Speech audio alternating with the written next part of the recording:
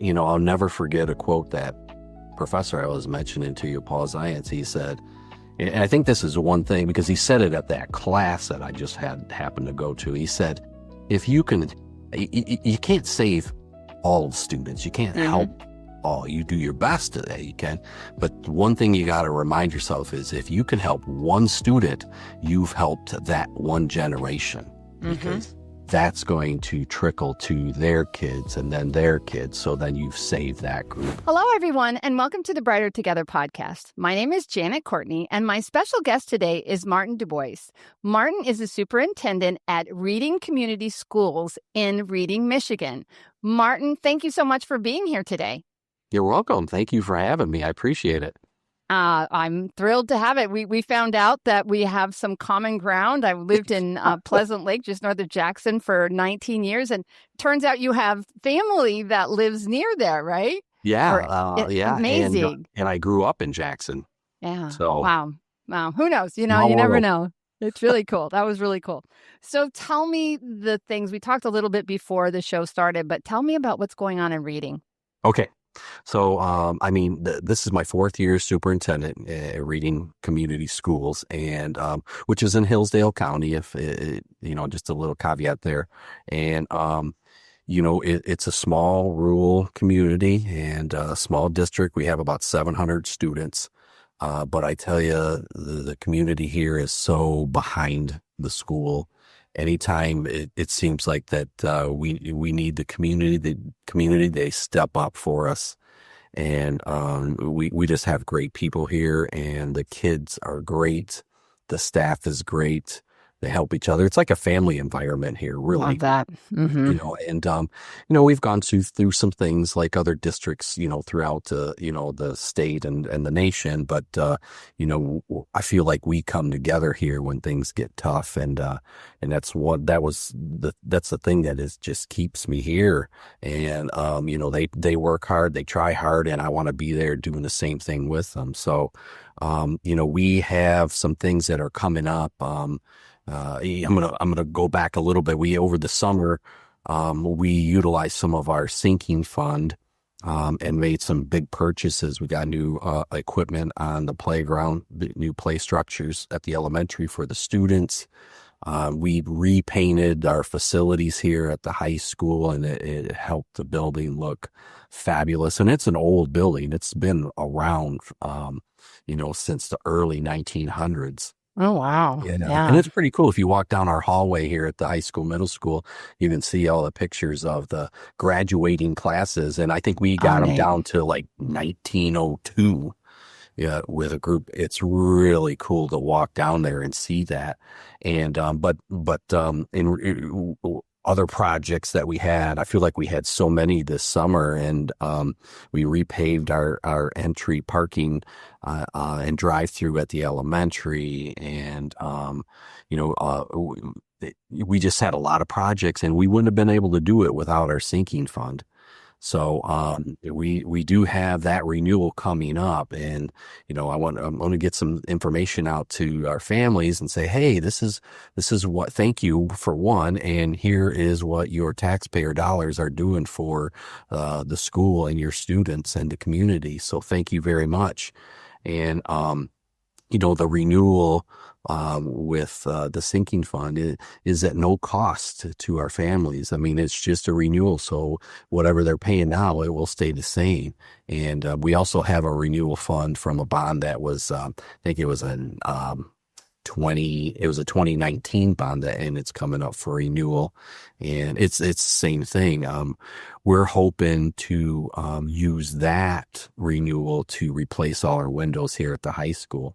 Because when I got here, I walked right into the middle of, or near the end, I wouldn't say the middle of bond construction, and we put in new furnaces, and we got rid of the old boilers. So, wow, yeah, and they were on their last legs, and but now all the buildings have air conditioning because of that bond, and that renewal is coming up. So Again, we need new windows. I mean, we got gaps at the bottom. They're thin. Mm. It lets air in. It's costly for the district, Well, so and the heating, your heating oh, bill must be astronomical. the Yeah. heating and the air conditioning when, we're Uh-huh. running over Yeah. summer. Now, we try to run Yeah. out a little low because we don't have students here, but, sometimes it gets hot in September. Yeah. Yeah. Sometimes it gets hot in March and April and May. You never know. It's a miracle sometimes. We Right, aren't talking about Michigan, but still, right. yeah. Yeah, we always say, hey, in Michigan, if you don't like the weather, wait a few We minutes. have It could 5 minutes. change. Yeah. It's going to change. Exactly. Yeah.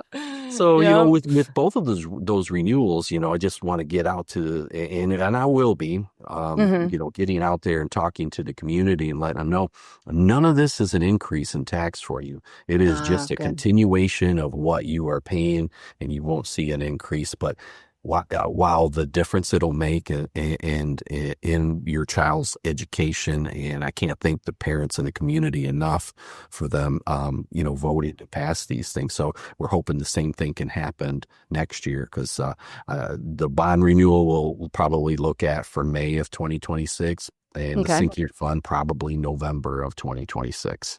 Okay. So you got a little bit of time. That's Yeah, good. we do. That's good. We do. Yeah. Yeah. And I'm sure you have a campaign and people that are going to help get the word out about that. Yeah. Oh yeah. If there's Yeah. anything we can do from our corner of the world, we will absolutely help as much as we can, because it's important. These, schools don't run on air. And we know that the funding for schools and the system for funding is a broken system. So these bonds and the grants and the things that are available to schools are critical They are. for us to be able to educate our next generation. So, It needs. yeah. And I know I have people that I know in Hillsdale County, so they will be hearing from me as well to say, hey, Okay. yeah, family, they're still, even though it's not blood, I do have one son that's up there. I have family. I mean, I have people that I absolutely love. We had a fun, we turned 7. I told you a little bit about this before.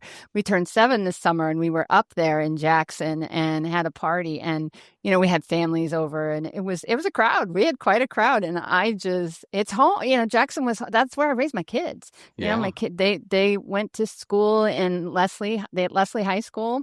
Okay. And, just so there's so many connections up there, and, half of my management staff is up there. So, yeah, I have a lot of people I know in Hillsdale. So I will Really? definitely make sure that Anything they you can help see with. this. Yeah, for sure. For sure. Yeah. What advice would you give to a superintendent who is going through something like this, who really just needs the community behind them, and maybe they've never done this before? What would you say to them to help them to convince the community to back something like this? Well, you always want to be transparent with the community. So, the dollars that you're spending that are taxpayer dollars, you want to let them know, hey, this is what it's paying for. This is what it's helping out the school. This is what your children are going to be using. And even if you don't have students that are in the schools, it's still part of your community. Yeah. And so, my advice is make sure you get the word out, talk to them. It's great that, most of the staff live here or in the area. So that helps too. I mean, that's something that is beneficial. Word of mouth travels quicker than a lot of other things. Yeah. So when you're talking Positive or negative. So make sure it's positive, right? Yeah, absolutely. Right. And our board is on top of it. Our board always wants what's best for, our students and our staff and our community. So we always have them rallying, and, and some of our board members are business owners in the community as well. So, they're definitely getting the word out. So the advice is just keep talking, pushing it out there, and be honest. I mean, if it's going to be a tax increase, be honest. Right. And, because I know a lot of people are afraid of that sometimes, and I don't blame them, especially in the times that we're in. But again, and I'm going to say this over and over, the bonds that we got coming up, they're not increases. Right. I just want folks to know that. So Yeah. my advice is word of mouth, be honest and transparent, and that's all. And then just hope for the best after that. Yeah. So you said the one bond you're going to use for windows, right? And what was the other one for? The other bond is a sinking fund. So Oh, that that's a is, sinking fund. That's right. yeah, Okay. so that helps us with any kind of facilities and maintenance. And, Hmm. when you have an older building like we do, you just never know Hmm. when something's going to go awry. I mean, the roof, you can have a storm come through and wipe the roof out. Uh, Yeah. or, and, eventually we're going to need a new roof at the elementary. So, we need work done at our track. Our track needs to be resurfaced. And, so, that's another thing that we're hoping to, our either our sinking fund or our bond can help contribute towards. So, mostly facilities. So, Yeah. Yeah. So how many buildings do you guys have? we have two buildings. We have one elementary Hmm. and we have a combined middle school and high school. Oh, okay. The middle. I heard you say elementary, and I knew you said high school, but I was like, where are the middle school kids? Yeah. Yeah. We're all in one building together here. Well, I've said this before on the podcast too, but when I graduated 40 years ago, so this is a long time ago. So that building actually now is probably considered old, but I was in a building that was exactly like what you're talking about, an old building in middle school, in Grand Island, Nebraska, Walnut Middle School. And the 3 years that I was there, because it was and I don't even know if I don't think they've changed it since then, but I was seventh, eighth, and ninth grade. And they passed a bond to build a new middle school because it was desperately needed. The city was growing, and they had multiple elementaries and two middle schools and one big high school. And I know since then they have updated the high school as well. But it was literally in a cornfield there was our house and then the alley and another house, a busy street, and then that cornfield. And they built that middle school right there. Where I went to middle school was 2 miles away, and I had to walk home. And they Oh, opened it my sophomore year. So I was already out of it and I've never been in the building, and it was right aw. there. I was like, oh, I mean, Simple. it was a blessing for the community, and Grand Island is a great community. It really is. But it was a big, beautiful building. Never got to go there. Uh, So, oh, but I'm it's okay sorry. because there are, but the value of looking back on it now, whether or not the kids will see it, some of them will get it, but not all of them. But when you look back on the work that has been done and where you went and what you experienced when you're there, those kids will recognize it, and those are children that will be in your community later that are going to be business people and workers and people that make the lifeblood of the community. And it's important that as a community, you value that for them and for their future, because their future is ours, right? Right. So, I yeah. agree. So I'm cheering for you, Martin. I want to see this happen for you, and you need to tell me. Make sure you send me a message once it I will. passes to say, "Hey, it's passed," and we'll let the community know, "Hey, it passed," and we'll attach it to the podcast for sure. So, Awesome. I will. Thank you. yeah, so for sure. And then we talked about a little bit also about your other passion, which is special education. So can we Mhm. talk a little bit about that and how that's going for you there? Yeah. My career started in special education. I went to Central Michigan University and I Oh, got my degree from there, and my certification and focus area was emotionally impaired students. So I started my career teaching in a residential treatment facility for adjudicated youth, and it was through our ISD. This was up in Big Rapids, in the Big Rapids area, Mount Pleasant area, or north of Mount Pleasant, I should say. I'm sorry. But that's where my passion it really started. And and even backing up, when I came to Central, I just went to I didn't know what I was going to do initially. I thought about business, and then I ended up going to a special education 101 class, mm, and and why I went, I don't know, but because I wasn't in the class. I just went No, with, my, curious. yeah, at the Hmm. time. And I heard everything that Dr. Zients, and we were still friends. I haven't talked to him in a long time, but we were friends throughout my career, most of my career. And everything I heard, I was like, that's what I want to do. That's me. So, I spent about 18 years, almost 20 years in La Costa Osceola Intermediate School District in special education, and then came to Jackson as administrator. And you still, even as an administrator, even though you're not in special education, you're still dealing with special education. So, here at Reading, we do have that people know us, and when you think, where do I want to send my student that might have some difficulties and special needs, they think Reading Community Schools. And it's a blessing and a curse, because Hmm. numbers get so big, Yeah, and it it messes with your utilization, doesn't oh, it? and it's tough, and it's tough. So, Yeah. we look for support from our ISD, but I Mhm. have great special education teachers and our staff here. And my high school principal, she has a background in special education too. So, she's on top of things. And we do our best with what we have and what we can do. And again, we have that knack here that, people want to send their kids here, and if they have special needs. And we do our best to accommodate all those. Same as every district, I'm sure, but Mhm.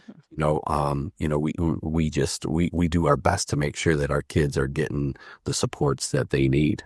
There is a crisis in this country, a massive shortage of special education teachers. We know how devastating this can be for your students, families, and staff.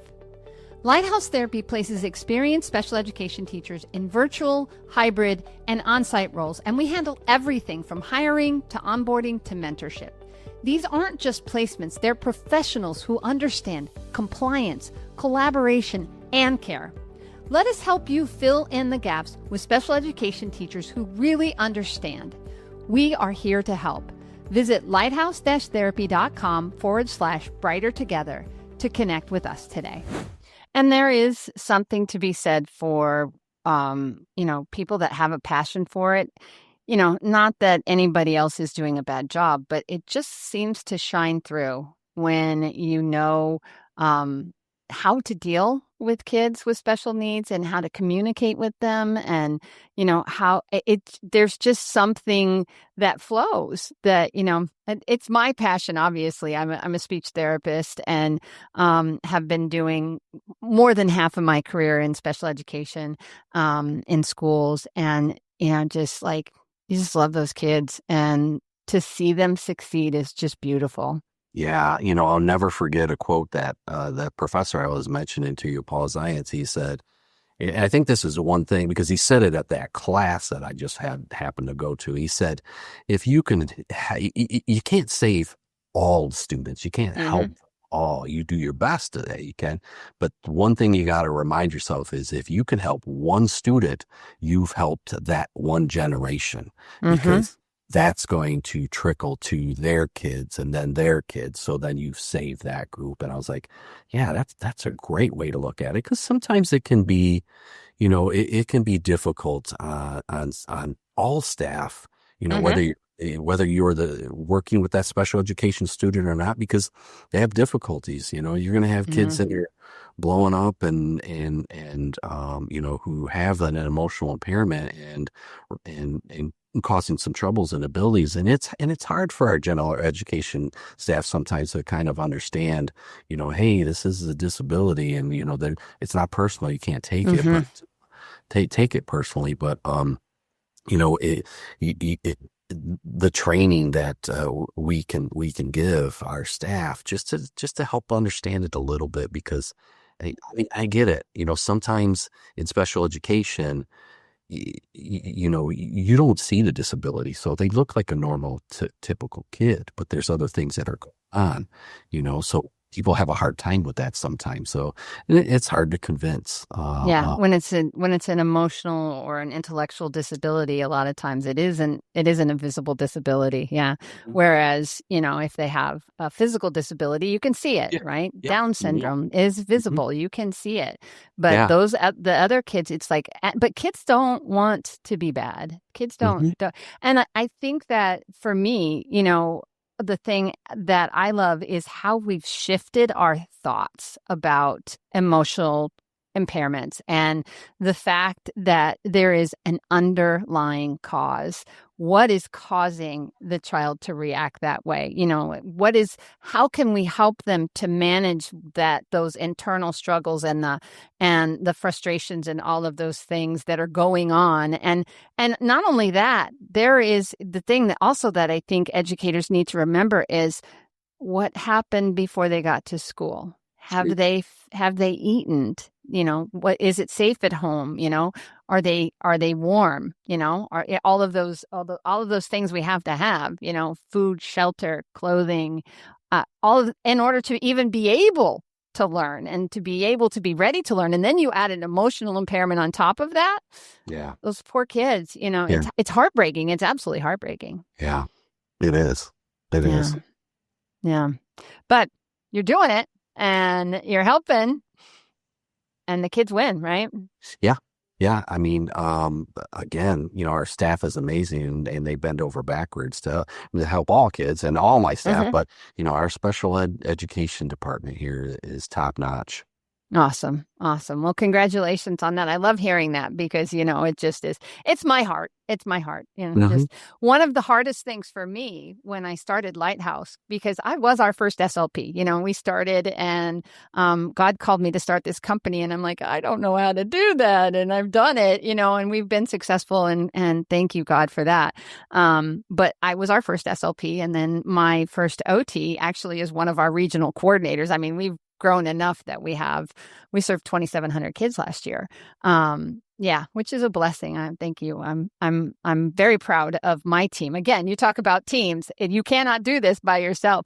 Yeah. But as we grew, and I'm the CEO and I am the face of Lighthouse. And, Lighthouse now has gotten big enough. It's interesting when you have a company and you're your Lighthouse, right? You're talking, you're selling it. You're the one that's telling everybody how great we are and to use us and blah, blah, blah.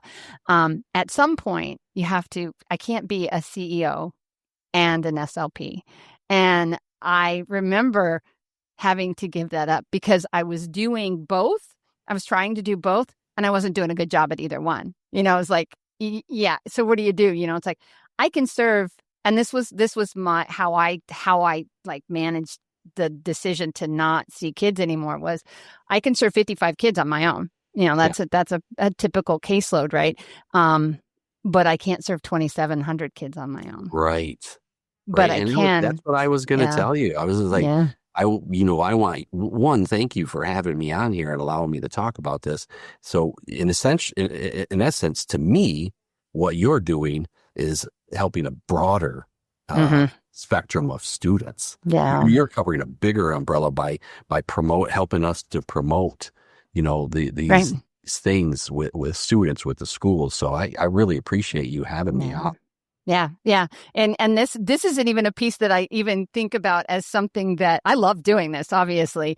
But I don't even, I thank you for pointing that out because, it never, till you said that, it was just, this is something that we do. And I love talking about it and I'm trying to get the word out for you guys, but it's like, yeah, we are making a difference because we're giving we're just putting a platform in place, giving you guys a place to say, hey, there are amazing things that are happening. I was on a podcast. I was recording one yesterday, and I really got on my soapbox about funding and about how you guys are scored and how truly unfair the scoring systems for schools are. And she was great. We were definitely in tune on the same page. But boy, I got on a rant about it. But it's true. It's like people need to hear that. People that are not in education, everybody went to school, right? Everybody went to school. So everybody's got an opinion, right? But they're not the ones that are doing that work day in and day out. They're not the ones that are fighting the battle for the bond. They're not the ones that are fighting the battle for special education and for your teachers and for the things that are happening. So you can have an opinion, but educate yourself, understand what is happening, listen to podcasts like this. Find out. Don't just listen to what the talking heads on media have to say about education, because they don't know. And half of them, their kids are in private education anyway and don't even have a clue. Right. They don't. And it's so unfair and it's so frustrating. And so that's why we do what we do. Yeah, right? and really that's what drew me to this, because I get hundreds of emails every day, and I know sometimes you I do. see and I'm like, I'll delete that, and I'm like, Mm-hmm. oh, podcast, okay, but what it was really drew me to you was that it was presented to me in a way that you guys are showing the positives and the positive things that are happening in education, because there is so much negativity out there Mm-hmm. too. So here's a great chance to get into that positive spotlight. And I was like, how can I say no? Yeah. I'm going to try to get on this podcast so we can get it out there. And it's not just for me and reading, it's for the state of Michigan. It's for the entire nation of Mm-hmm. all of our public school educators. And it is, so I was like, a positive light on this? Absolutely. I'm going to do my best to get on this podcast. Well, good. I'm so glad. I'm so glad. So I have one question that I ask everybody, or most everybody, Sure. not everybody, but and if you've listened to any of them, you know my question. But you can't say money, because we already know you need money. Okay. We've talked about the Okay. bond, right? We've talked about the bond. Okay. But if you could just miraculously change one thing, and I always say miraculously because it's like I believe God can do whatever He wants to do. But if you could just change one thing in your world that you never had to worry about it again, what would that one thing be?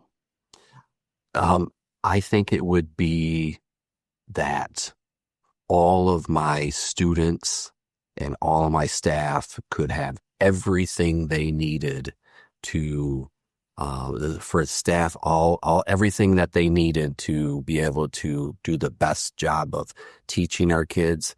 And then for our students, if there was some way we could just give them everything that their needs require for them to learn, whatever that might be. I mean, because every student is different, and yeah, in a utopian world, if I could just fill any of those gaps for whether it's our staff or our students, I think that's a great answer. That's a really great answer. Awesome. So, Martin, where do people go to learn about reading? And even if you have, and if you don't have it now, that's fine. But if you end up doing something specific with the bond, like if there's a specific website or something, let us know. And when we post this, we'll post that as well. We'll make sure that that's a piece of, so that there's an easy link for people. But where do they go to learn about you? We just updated, here's another thing that we did just recently. We updated our website. So it's www.readingrangers.org. And, that's one area. We also have our own Facebook page. So if you just Google the Reading Rangers, you can log in there right. And then really those are our two outlets. And, that we have right now. And that's where we'll be focusing on in regards to getting the word out. Okay, good. Really great. That's fantastic. Well, Martin, thank you so much for your time. It has been an absolute pleasure to speak with you. I see your passion. I'm excited for Hillsdale County and reading and what's happening, because there are amazing things happening. Michigan's an amazing state. I raised my children there. So thanks again for being on Brighter Together, because we're brighter together, right? Yeah. Thank you so much. Like I said, thank you for the opportunity, and I appreciate it getting the word out for us. So thank you. It is a pleasure meeting you.